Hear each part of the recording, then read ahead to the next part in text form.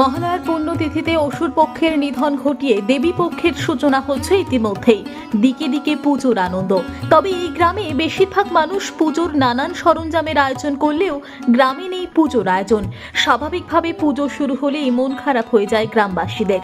ওদের মধ্যে কেউ মালা তৈরি করে, কেউ চাঁদমালা, কেউ আবার প্রতিমা তৈরি করে। কুমোর প্রতিমা শিল্পী মালি সম্প্রদায় মিলিয়ে এই গ্রামের বিভিন্ন জাতির মানুষদের বসবাস। কিন্তু গ্রামে নেই কোনো পুজোর আয়োজন।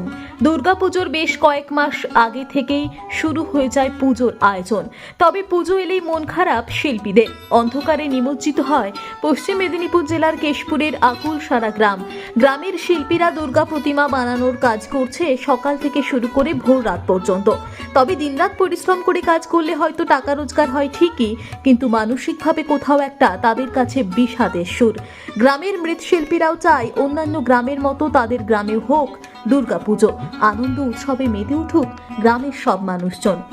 হ্যাঁ, আমাদের সারা বছর প্রতিমার কাজ হয়, সমস্ত ঠাকুরই তৈরি করা হয়। তো এখানে সমস্ত আমরা মৃৎশিল্পী সমস্ত ঠাকুরই তৈরি করি।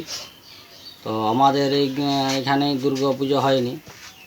তো দুর্গা পুজো হলে আমাদের আনন্দটা আরও বেশি হতো, মানে ঠাকুরের উৎসাহটা আরও বাড়তো। তো মানে আপনাদের গ্রামে দুর্গাপুজো হয় না, অথচ আপনারা দুর্গা বানাচ্ছেন, অন্য জায়গায় পাড়ি দিচ্ছে। অন্য জায়গায় পাঠানো হচ্ছে। আমাদের এখানে সমস্ত রকমের মাটির প্রতিমা সারা বছর কাজ হয়। এখন যেমন দুর্গার সিজনে দুর্গা হচ্ছে, বিশ্বকর্মার সিজনে বিশ্বকর্মা হয়, সরস্বতী, কার্তিক, গণেশ, নানা রকমের প্রতিমা তৈরি করা হয় মাটির। আর এই যে পুজো, আপনারা যে বলছেন যে পুজো কেন হচ্ছে না, এই যে আমাদের পাশের গ্রামেই পুজো হচ্ছে, এই পাশের গ্রামে পুজো হচ্ছে, সবই ভালো লাগছে, কিন্তু আমাদের গ্রামে হচ্ছে না। এটা আমাদেরকে শুনে বা দেখেও খারাপ লাগছে, কিন্তু কিছু করার নেই। আপনাদের কোনো সহযোগিতা নেই বা অন্য কারোরও নেই বা আমাদেরও নেই, এই জন্যেই পুজোটা হচ্ছে না।